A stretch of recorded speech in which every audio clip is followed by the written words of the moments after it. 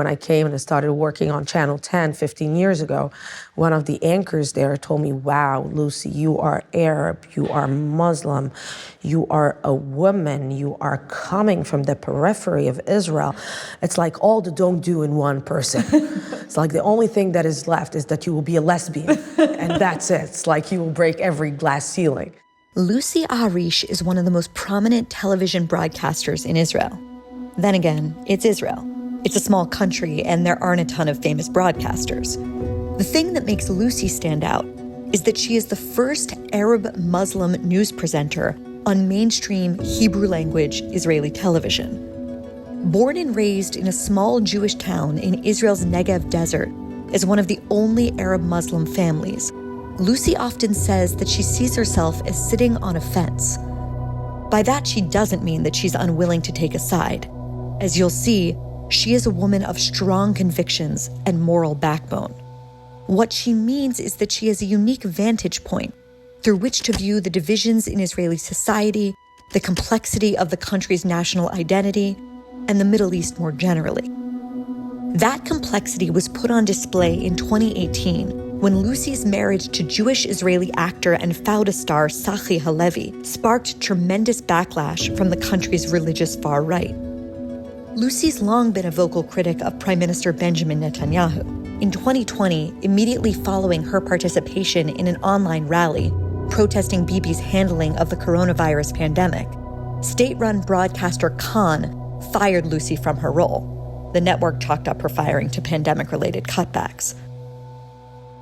But Lucy's also been equally critical of her fellow Israeli Arabs, particularly of Arab violence and of Arab leadership that she says condones it. A Muslim and a Zionist, an Arab and an Israeli. In short, Lucy Aharish is an iconoclast. I sat down recently with Lucy in Tel Aviv. We talked about the massacre of October 7th and its impact on the country and on her family. Her husband put on his uniform and headed to the south within hours of hearing the news. We also talked about the challenges she faced growing up as the only Muslim Arab kid in a traditional Jewish village. We talked about the terrorist attack that she survived in Gaza, and about the hope that she has for her Muslim Jewish son and the future of the country that she calls home.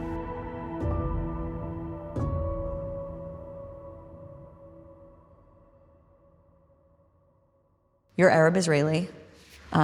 Many people would probably think of that as an oxymoron, that have never sat where we're sitting right now. But in that you represent 20% of the Israeli population who's Israeli Arab. I don't know if I represent like 20%, because a lot of people will tell you, well, she doesn't represent us. And you're a token. They say you're a token. Yes. You know, I don't pretend to represent anyone. I represent myself because I have a unique story.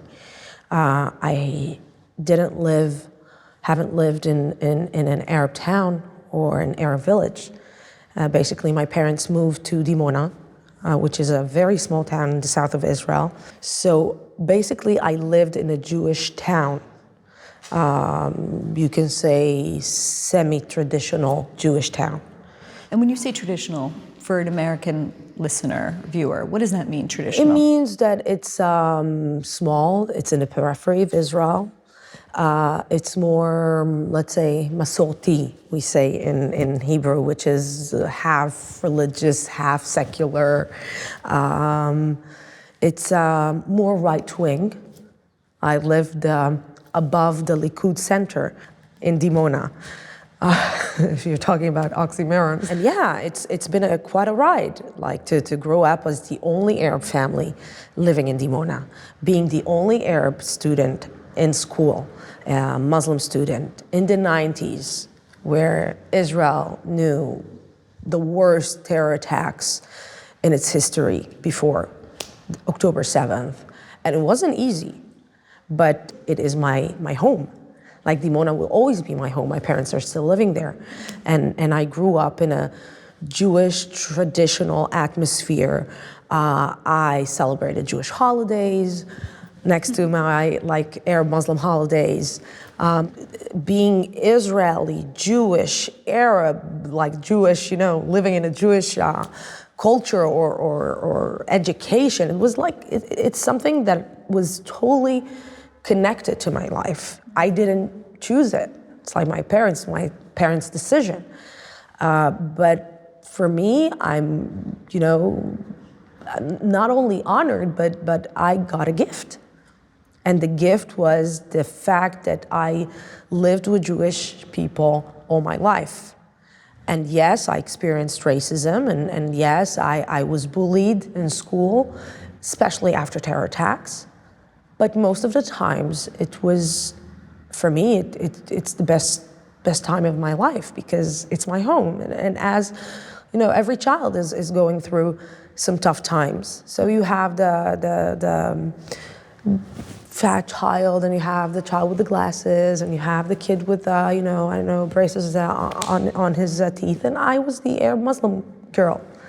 And what were the kind of, you've said it wasn't easy. You've said before that terrible things were said to you. Give us a sense of, the kind of things that were said. And then when you would go back and presumably tell your parents about it, how would they respond? I remember that I think that the most difficult times were after a terror attack. The morning of a terror attack was like the mornings that I didn't want to go to school. And I remember every morning saying to my parents, I don't want to go to school because I knew what I'm going to go through that day. And the day after a terror attack, you usually are not only sad, but you're angry. You have a lot of feelings of revenge. And you need revenge because you cannot understand or digest or accept the fact that there is someone who is putting, going on a bus and exploding himself in front of innocent people and killing innocent people, men, women, children. You cannot digest it, you cannot accept it, not even in the name of occupation. So I remember every morning, it was almost twice a week, I think, once a week back then. And I remember that mornings where I told my mom and dad, I don't want to go to school. And my mom and dad will tell me, my dad will take me in the car and put me in front of the school gate. And he will tell me, you will get out right now from the car and you will face your friends. And you will face reality, because if you won't be able to face reality now, you won't be able to face it in the future. Wow. And I would get in. What would they say to you? Would they say you're a terrorist? So they will see me, and then I will see all my friends, saying death to Arabs. We need to kill all the Palestinians. Filthy Arabs. And then they will look at me and they will tell me, well, Lucy, we don't mean you. You and your family are okay, but the rest of the Palestinians, the Arabs, we need to kill them, we need to murder them all. And I can understand that, but I try to understand that. But I was bullied, and I would get back to school, get back from school and get back home, and I would cry my eyes out. And my father will tell me, if I will ever hear you saying to somebody who called you filthy Arab or filthy Muslim, that you called him filthy Jew, I never in my life raise my hand and hit you, but I will do that. If I will hear you saying to someone filthy Jew, you will never go down to this level, because you're better than them. Lucy, we live in Israel's a very different context than the States, but in the States, you could say we live in a culture of grievances where people sort of hoard their victimhood. You have said many times in many interviews that you don't think of yourself as a victim. No, I'm not. Most people would hear these stories and be like, this is the ultimate victim. Listen to what she's describing. Why don't you think of yourself that way? Because I'm not a victim, and I'm not willing to be a victim of racism. I am not a victim of a racist government.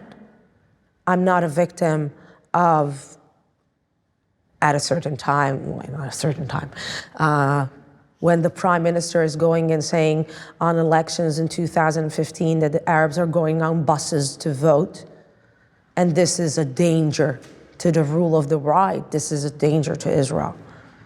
Me being a citizen of the state of Israel, I am not, a visitor in the state of Israel. I'm a citizen of the state of Israel. The state of Israel at 1948 decided that it's giving citizenship to the 150,000 Arabs that were living here. Once you decided that you're giving me the citizenship of this state, you need to treat me like anyone else. I'm not your slave. You're not doing me any favor. It's not that, it's so complicated what is happening here, because the Israeli-Palestinian conflict is directly affecting the Israeli-Arab relationship. Well, it's strengthening it. I mean, there was a poll before the war asking Israeli Arabs if they felt a part of Israel. I think 48% said yes, and then post-war, same poll, it's something like 75, 77%. You think that's representative? I think that it's representative because for the first time, October 7th proved that we share the same destiny here. Arabs and Jews who are living in Israel, citizens of the state of Israel, share the same destiny. And you had a living proof for it, a living proof provided by Hamas, terrorists, when they got in and they filmed themselves killing and murdering and raping and burning innocent people, that they caught a guy from Jerusalem, East Jerusalem. He's telling them, I'm from Jerusalem, I'm from East Jerusalem. And they told him, oh, you're cooperating with Israel. And they killed him. They just shot him to death. So it got nothing to do with, if I will say, La ilaha illallah Muhammad Rasulullah, they will save me. No. They will spare my life. No, it doesn't work like that. Growing up as little Lucy in Dimona, the only Arab in your class, did you have any sense of what you wanted to be when you grew up? An actress. Okay, so you got, I guess, the next best thing, which is being a television journalist. Yeah, television, journalist. I knew that I have a totally different story. I knew that I'm living in Dimona. I'm a Muslim from a Muslim family.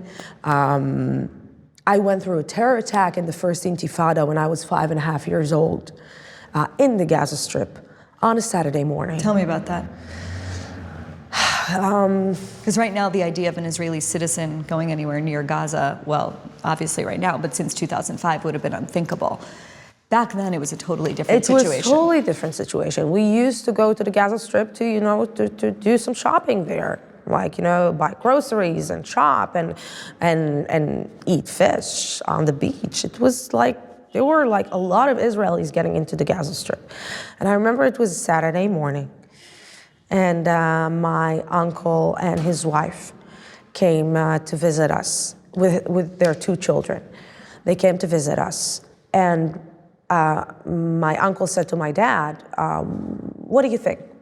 Let's take a trip to the Gaza Strip. And my father told him, well, listen, I understand. It was 1987. It was the beginning of the Intifada, the first Intifada. Really the beginning. And my father told him, well, I understood that the security situation is not that good. Let's postpone it. And to make a long story short, we decided that we're hitting the road. It was me, my mom, my dad, my uncle, his wife, and one of his children.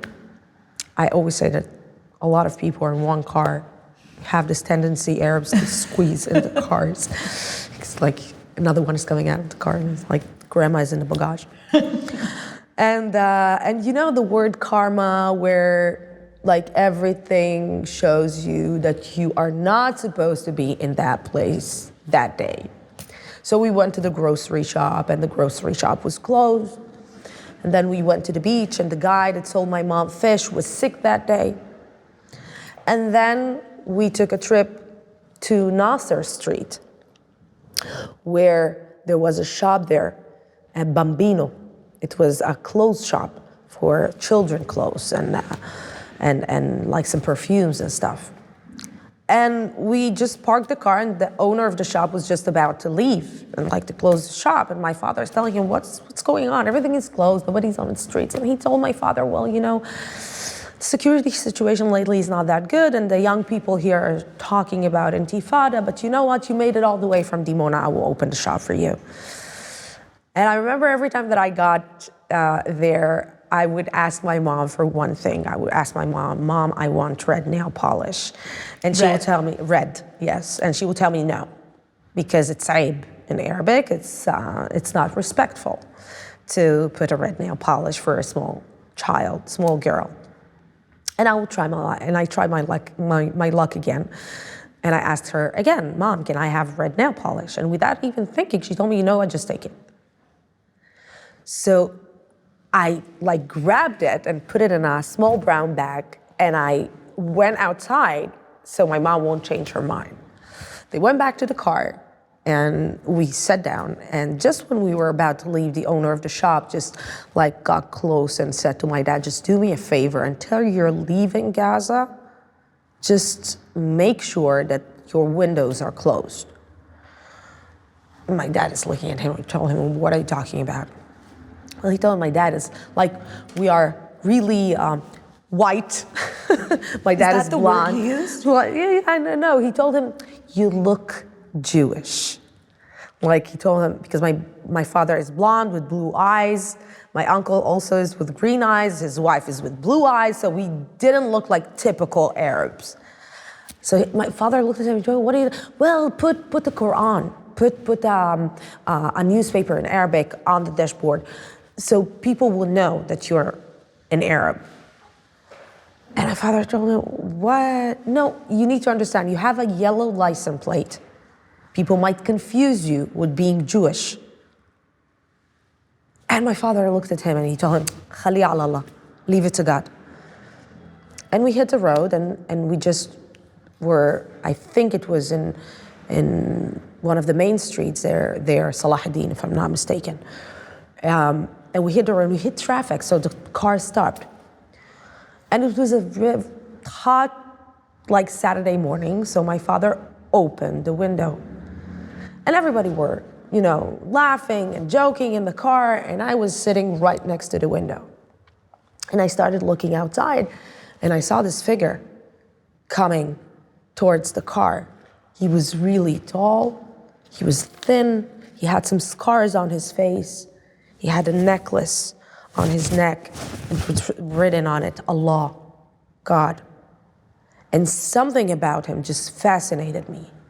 And I couldn't take my eyes off him. You're 5 years old? Yeah, 5.5 years old. It was just before I went to like the first grade.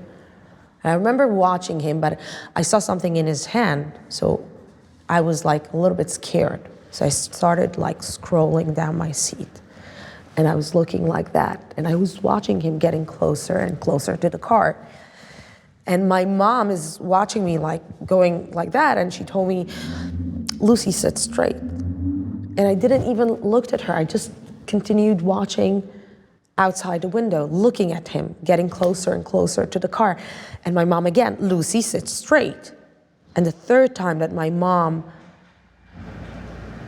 he like really like was next to the car, he looked me straight in the eyes. And the third time that my mom said, Lucy, there was a huge explosion in the car. Like the next thing that I remember was my face hitting the ground. I was trying to lift myself up. I looked at one side, I saw my mom crying. I looked at the other side, I saw my uncle's wife screaming to death. And I looked up and I saw my cousin going into flames, and my father is trying to put down the fire. And at that moment, I said to myself, where is my red nail polish? I was trying to disconnect myself from everything that I saw, from the screaming of my father, help us. We are Arabs like you, help us. Nobody reached out. Nobody helped us. Everybody were watching it like it's a really bad action movie. I think it was after 20 minutes that there was like some army forces got in and took us out. My cousin went through a lot of surgeries. And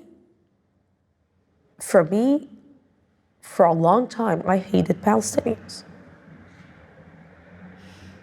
And I said it out loud. I hate Palestinians. You need to kill them, you need to murder them all. And I remember at a certain point, my extended family heard me saying it. And they said to my dad, well, she hates us. She hates herself. She hates who she is. She hates who we are. And my father, my very, very clever, wise dad, told them, well, she will grow up. She will understand that life is a little bit more complicated than she thinks. And he was right. He was right. Life were much more complicated. And it's not black and white. This is why it was important for me on October 7th to speak out. Because it was personal. And I saw the evil in the terrorist's eyes. I saw him looking directly into my eyes before even, like when he saw a 5-year-old and a 3-year-old, and he saw a pair of parents sitting in a car, and he knew that he's going to burn them alive. He knew, and he did it without even thinking. So this evil that we saw on October 7th, it's not something new. It's not, just, wow, happened on October 7th. No. It was there.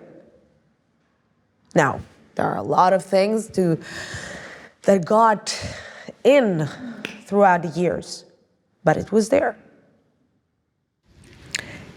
You first came on my radar when you became the first Arab-Israeli Muslim broadcaster in the country. And I was like, oh, that's cool. Like, who is that woman? That's really interesting. And then you sort of exploded, at least in certain circles in the US, when you got married to, well, why don't you tell me? To Tzachi Halevi. Yeah. Yeah. Tell me about that marriage, and tell me about why that caused such a stir in this country, and maybe the distinction between the public response to it and the response of your family, which I'm curious about too. Wow, the response of my family. Well, we were really, really worried about the response of our families. It wasn't only my family. It was our families. Tzachi is also divorced with with a teenager back then. Now he is 20 years old, and we were worried about. We know where we live. It's not that common that there is an Arab Muslim woman marrying a Jewish guy, and when they are both very well known, it's a high profile relationship. So for a long time, we decided that we were keeping it secret. It was secret for around 4.5 years. It's an odd thing to have a closeted straight relationship in the mid-2010s. And I will tell you that, first of all, it's a small country, so to keep it like a small country, small media, and yet we were able to save it like for 4.5 years. I remember that when we got married, it was like the media knew, all the journalists knew, and we always got like phone calls saying, "Oh, we know about your relationship, so we're." And I tried to explain to them, to tell them, listen, this is not a normal relationship. There is a teenager in the midst of it. Our families, they don't know. It's like, it was a secret. It was a huge blast in Israel because it was a secret until the day of the wedding. Like, my I said to Tzachi told me, well, do you want to say something like maybe a week before, 2 weeks? I don't know. You know, we are going, it's going for an explosion. At least let me control the explosion. I know that it's going to explode, but at least when it will explode, I want it to be a very clear fact. We are married. It's not that we will get married in 1 month or 2 weeks, and then I will have to answer a million questions about the relationship and to have discussions on TV and radio whether this relationship is a suitable relationship for politicians or people living in Israel. No, I want when we will announce our marriage, it will be a fact. A fact in the face of all the people who have something to say about this marriage. What did people say? What they didn't say. So just to be clear, we're talking about a Jewish Israeli actor who's in the show Fauda, most famously. Yes, and he was an ex-military officer in an elite unit, undercover elite unit. So actually Fauda in real life. Yeah, and his father was a veteran of the Mossad. So it was I felt if you would have asked me 20 years, you will marry a Jewish man who is an undercover officer in an elite unit and his father is working in the Mossad, I will tell you, come on, this is really, this is a non-realistic movie. And yet, this is my reality. But all these titles that people are giving, he's like this and he's like that and his father is like this. And I fell in love with Tzachi. I fell in love with a man. I'm always saying that if I was right now living in the United States, I would be a non-issue. Really. I will be a persona that is really not interesting, a totally regular story. And it was funny for me that people it opened the Knesset the morning after, the Knesset meeting, the parliament meeting, the day after. About your marriage? Yes. It's an issue of national security importance. Yeah, I was surprised. Knesset members reacted, said that it's a problem that this assimilation and what is the example that they're giving people.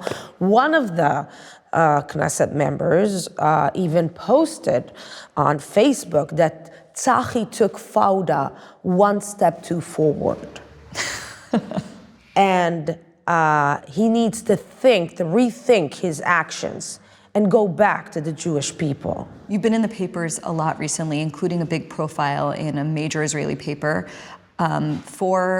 frankly, for echoes of what you experienced as a child, you could argue. Mm-hmm. Tell us about what happened.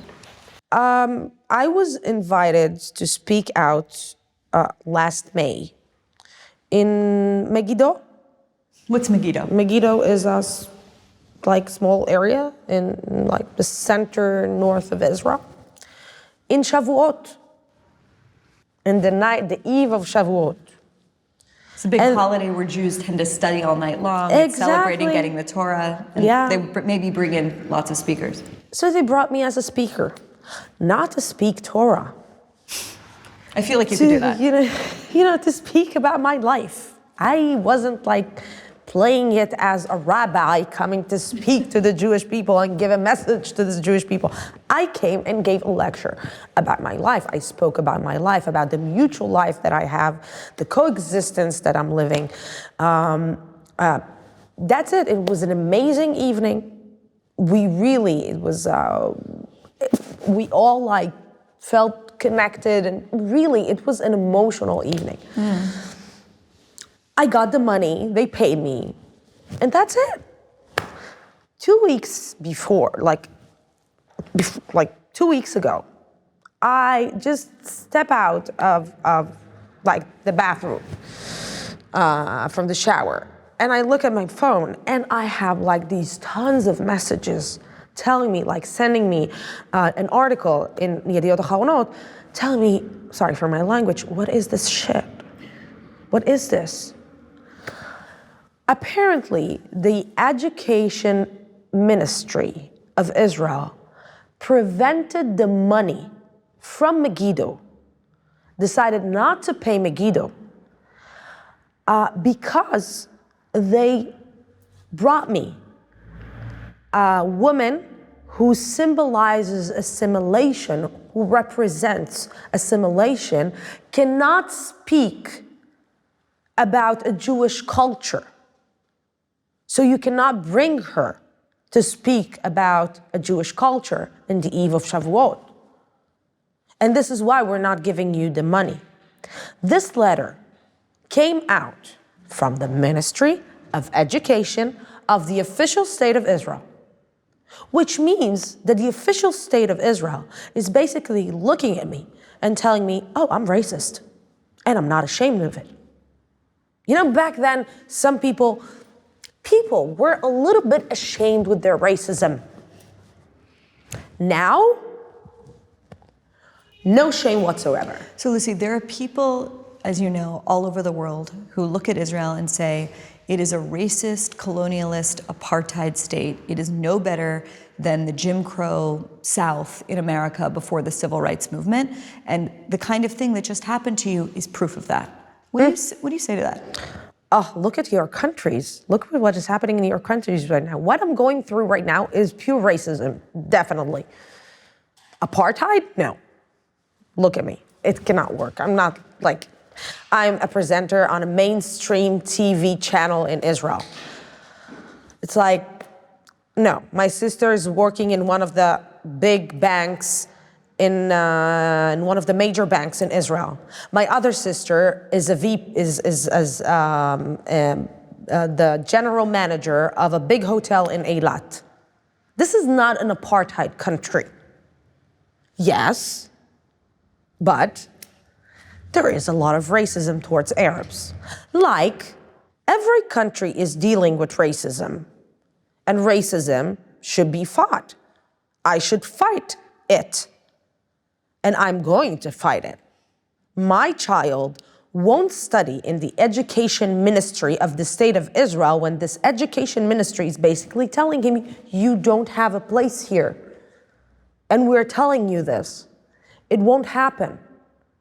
And if I need to sue the Ministry of Education of Israel, I will do it. You're going to do that? Yes. Yes. Because for me, this is the red line. You could also look at what just happened to you and say, encapsulated in that story is the fundamental tension of the identity of the state itself. It is a Jewish state and it is a democratic state. Mm-hmm. And many people look at that as a paradox at best. Other people look at that and say, those things are on a collision course and they can never be reconciled. What's your view of it? And I will tell you something like that. This country has to be Jewish and democratic. Why? Because the Jewish people have no other option than to be democratic. Because of their history. Because they were persecuted. Because they went through the Holocaust. Because 6 million of them were murdered because they were Jewish. Because all the persecution, because of anti-Semitism.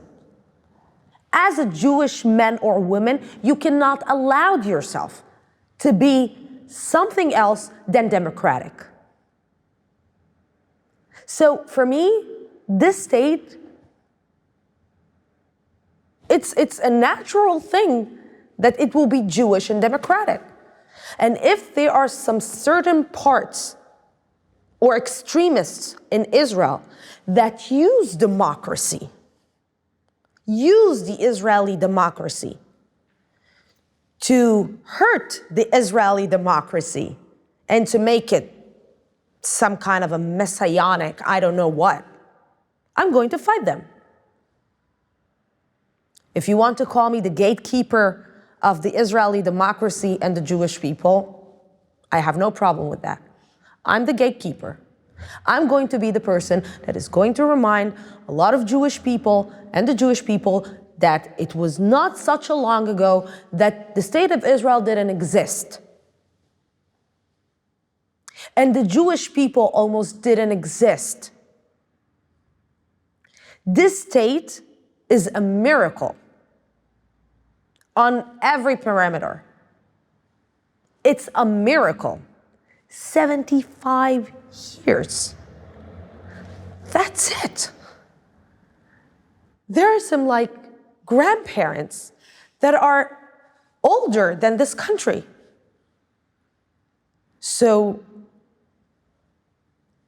being a democracy, it's baby steps. We are in our baby steps. It's like this country is just starting to walk. Where were you on the morning of the day that changed everything about this country and maybe the world? I was at home, sleeping in my bed, Tel Aviv, just 10 minutes away from here. Heard the sirens, 6:30 in the morning.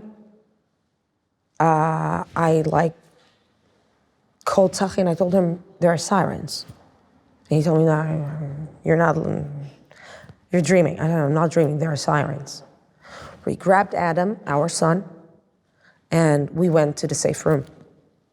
And I started looking at my phone to understand what is happening because, we have these WhatsApp groups in our channel. So I started looking for something throughout the night, maybe something happened, maybe, I don't know, we attacked in Gaza. I didn't understand, and nothing. Everybody in this group were asking, what is happening? What is happening? What is happening? What is happening? We hear sirens. What is happening? And you're at one of the most prominent news stations in the country. Yes. And no one knew. No one understood what is happening. And then one of our journalists is sending us this image of terrorists in the Toyota. In the white pickup truck. Yeah, white pickup truck with guns. And he's saying there is an infiltration in one of the cities in the south of Israel. It was one of the earliest images was this pickup truck Yes. with 6 guys in Sderot. Yeah. And that seemed like the craziest thing that had happened. It was crazy. It's like one of the things that you say to yourself, no, how did they get there? And then you see this image and you say to yourself, okay, in 10 minutes, it's going to end.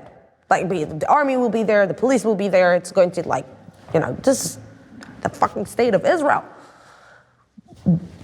And then more horror images start to come in. Horror images of Israeli soldiers being dragged into bodies, being dragged into the Gaza Strip, spat on. Really being people are attacking the bodies of these soldiers. And I watched these images because everything is on social media. I remember that I said to Tzachi, oh my God, his mom is watching. That was the first sentence that came out of my mouth. And I started crying. Oh my God, his mom is watching this. She doesn't know she's watching her child being murdered in front of her eyes. And as I was saying the sentence, Tzachi got in, and when he went out, he was on his uniform. Meaning as you were watching this, he went into the bedroom, he put on his uniform, and he came out. Yeah, and he's standing on the balcony's door, and I told him, where do you think you're going? He told me, I have to go out. This is not a drill. And I told him, I'm alone here with what am I supposed to do? He told me, close the door, get into the safe room, and every time that you will hear a siren, just do whatever you need to do. I need to go out. What time of day was it when he put on his uniform and left your apartment? It was around 8:30, 9. So really early. Yeah. It was now, the first hour. Had he been called up? No. So when he said, I need to go, what did he even mean? He's going. He's going to serve his country. He's going to save his family, to save this country, to save everything that he believes in. I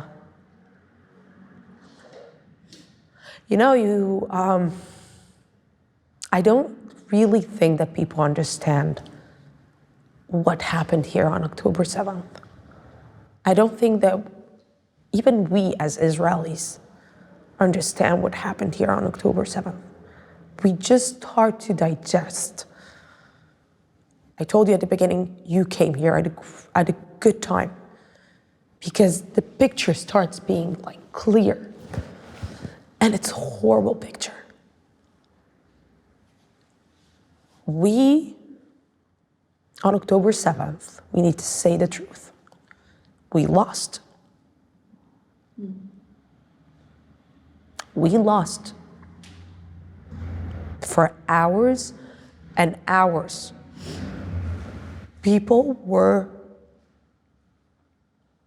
burned and raped and murdered in their houses, in the in their safest place, in the haven of the Jewish people, in their own country. And people waited for somebody to come and rescue them. And nobody came. And they waited and they sent text messages and they sent us, journalists, help us, direct somebody to us. There are terrorists outside our houses. Nothing. I think that the feeling that we feel in Israel, especially after October 7th, is, a lot of us feel, is that that day we were orphans. You know, I always say that my country is like my parents. I love my country like I love my parents. I will do anything for my parents. I will walk the 7 seas. I will walk in fires. But I don't always agree with my parents. And I say to myself, well, I will do with Adam a little bit differently than how my parents did with me. But it doesn't mean that I don't love my parents. And on October 7th, we felt that we don't have a mother, a father that will take care of us. You know, the feeling that you walk in your apartment and you say to yourself, if a terrorist will get into this building, where do I hide my child? It was like a thought that I never, ever in my life thought that I will have. Do I put him in the washing machine? Do I put him like in some kind of a closet? Who the hell in the world is thinking that? Where he should hide his child? Does someone thinks like that in New York? Or Washington? Or San Francisco? Or London? In those early days, did you feel like this could be the end of the state of Israel? Yeah. You did? Yeah. I'm still afraid. I'm still afraid of politicians doing politics and thinking only about their political small interests than the big interest of the state of Israel. So when some people are saying they're afraid, they're thinking of not just the war with Hamas, but another front opening in the north. Of course. They're thinking about Iran. Is that a piece of the picture for you too? Of course. Of course. Ehud Barak said once about Israel that it's a villa in the jungle. I remember that, and it was enormously controversial when you said it. It is. Whether we like it or not, it is. Look what is happening in the Middle East. Look what is happening. Like, I covered the Syrian refugee crisis. I was twice in Greece. Once I did a documentary on the Syrian refugee crisis, and the second time I went and volunteered for 10 days in a school that was built by Israelis for the refugees. I heard their horrible stories. I saw the children, coming. And I was like cutting an apple. And, I whatever was left from it, I closed it to I dropped it into the garbage, and I saw children coming to the garbage and taking it from there. And I remember going back home and I said to myself, this can't happen in 2020. How come this is happening in 2018 or 2017? I don't understand it. It's like the world is so, it's 2017 in the name of God. It's 2018 in the name of God. It's how come people just, their lives changed like that? How do you explain, right now, there's, I don't know if you'd call it a jihad or what, but a total decimation of Christians in Nigeria by Islamists. You look at what's happening in Syria, you look all over the world, and it's people like the guy that stared at you from the window when you were 5 years old, or the people that carried out October 7th, terrorizing people, including Christians, Jews, other Muslims all over the world. And there are lots of people who look at that and say, what Israel's fighting fundamentally is not a war with Hamas, it is a fundamental war between Western civilization and Islam. And what do you say to that? Because you are Muslim. I see what these fundamentalists are doing in the name of Islam. I see what they're doing in the name of religion. In every religion, I think Christianity or Judaism or Islam, if you want to do something extreme, you will find the right excuse for it. I think that we are giving up on education. We gave up on education. When I see people in the United States like young people, the young generation, going to elite universities, saying, from the river to the sea, Palestine will be free. They've never been to Palestine. They've never been to Israel. They don't understand what a Palestinian is feeling. By the way, the United Emirates, Dubai, all these countries, they understood the danger of this fundamentalism Islamist movement. And they fight it. Ask yourself, why Abdel Fattah al-Sisi doesn't want anything to do with the Palestinian? He wants to be the, moderator. I'm willing to have, but I don't want this problem in my country. No. Why Jordan has a love and hate feeling with the Palestinians? Why? They don't want this problem. Let's explain the problem, though, because, pre-October 7th, even after the Intifada, even after all the rockets on Sderot Road, even after all of these things, broadly on the Israeli left, and certainly in the United States on the left, there was a consensus view. And that consensus view was there's two people, and the conflict is fundamentally about splitting up the land. It seems to me that is fundamentally shifted, that idea. Because what happened on October 7th got nothing to do with the occupation. Because when you hear right now Khalid Mash'al being interviewed— one of the heads of Hamas. Yes, one of the head of Hamas, being interviewed in a podcast. I'm going to say it again. Khalid Mash'al was interviewed 2 weeks ago in a podcast. Okay? He was like sitting in one of the,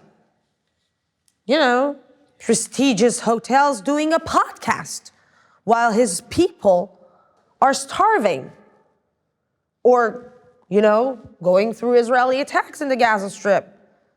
And he's being interviewed for a podcast and saying in that podcast, we're not talking about two-state solution.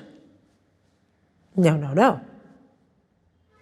There's only one state, from the river to the sea,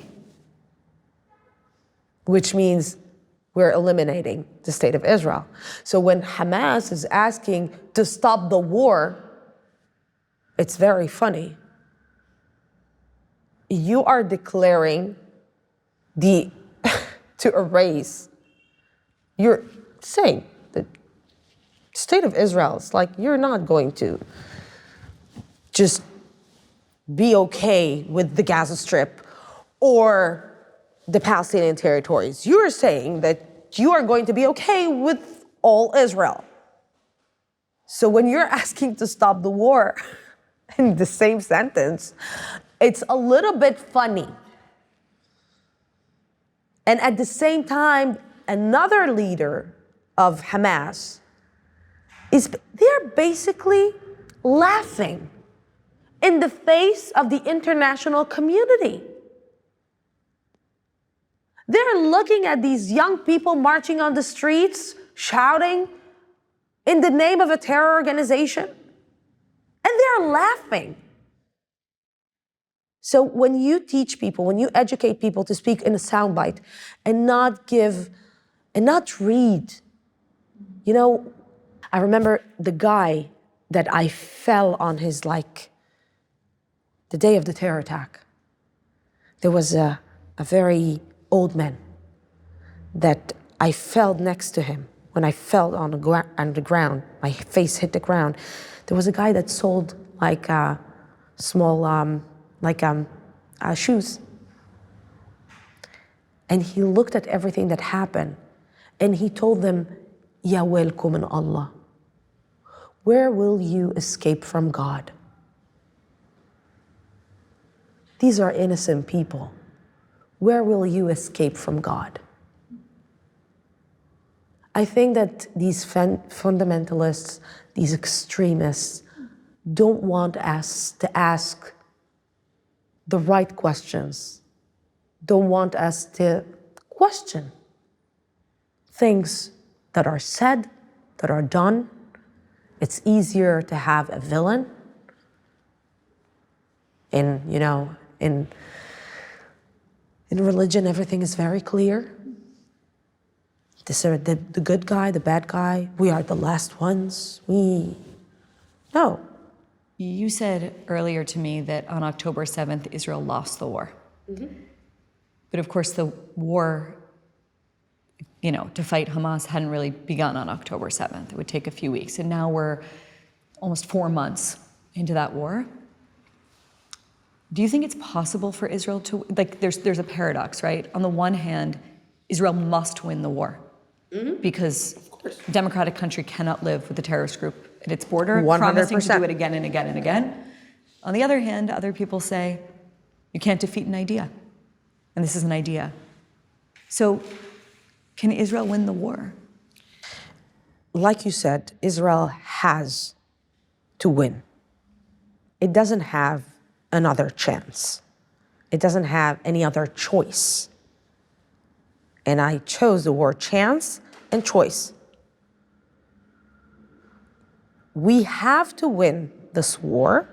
You know that the reaction is going to be harsh and brutal.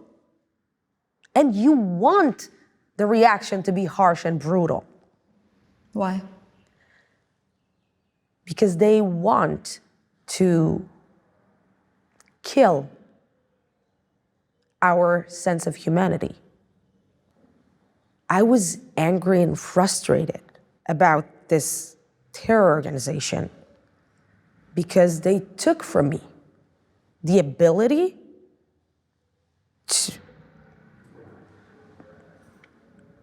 to look at the other side with compassion. At the beginning of these days, they killed compassion, the sense of compassion in me. They murdered the sense of compassion in me, of humanity. Me not being able to look at someone else and say, okay, I need to look at this too. I didn't want to look. I didn't want to see. I'm not interested to see. And this is what Hamas wanted to do.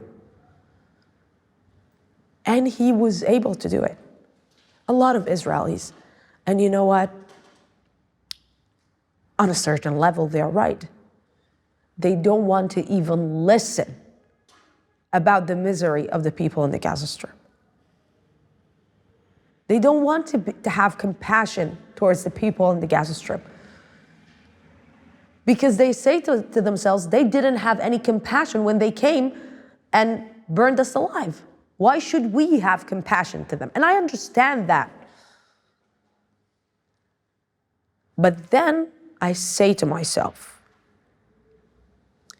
we lost that day. And they want us to lose this war. I'm not willing to give them this, the benefit of them looking and seeing that we lost our humanity. We are not Hamas. Israel is not Hamas. And this is why in the last few days, in the last few weeks, I started watching what is happening in the Gaza Strip. It's horrible. It's not easy seeing the images coming out from the Gaza Strip. And I feel sorry and painful for babies, for children, for men and women who are being killed in this war. No one should experience this. No one in this world should experience not what we experienced and what the Palestinian people in the Gaza Strip are experiencing. The next generation of the people living in the Gaza Strip in 20 years, if we want them, if we want to start looking for forgiveness between Israelis and Palestinians, we need also to be part of the solution. We cannot just say it's not our problem. These are our neighbors. We don't have any other neighbors. You know, if somebody is sitting in Israel and thinking that one day, 3 million Palestinians from, the West Bank, 1 million in the West Bank and 2 million in the Gaza Strip will just disappear. You're living in a really, really, really bad conception. And Israel, I'm announcing as an Israeli Muslim Arab woman, is not going to disappear anywhere. Nor the Jewish people. The Jewish state is here to stay. Now, we need to be part of a solution. And to just look at the geopolitical situation, we have a great opportunity. Everybody have political interests. Everybody have interest in the Middle East. We have peace agreement with Jordan. We have peace agreement with Egypt. We have the Abraham Accords, and Saudi Arabia is winking and telling us. So we need to be really, really, really, blind not to see the great opportunity where a lot of political interests come together for Israel. and for the Palestinian people. We just need to open our eyes. Before we left the interview, we asked Lucy about her parents. We wanted to know a little bit more about what they think of her work, her life, and what she's become. They're really proud. They're amazing. Really, they paid a huge. They sound unbelievable. I cannot be grateful enough for them. And them accepting Tzachi as they are. The day that Tzachi, like on October 7th, when my mom knew that he's going to the battlefield and she cried her eyes out. He's like her son. Got nothing to do with the fact that she's Muslim or he's Jewish, or we have a child. His name is Adam.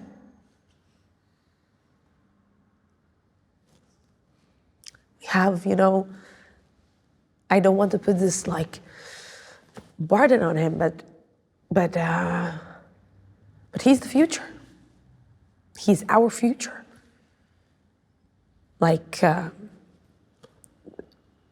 Adam is Adam.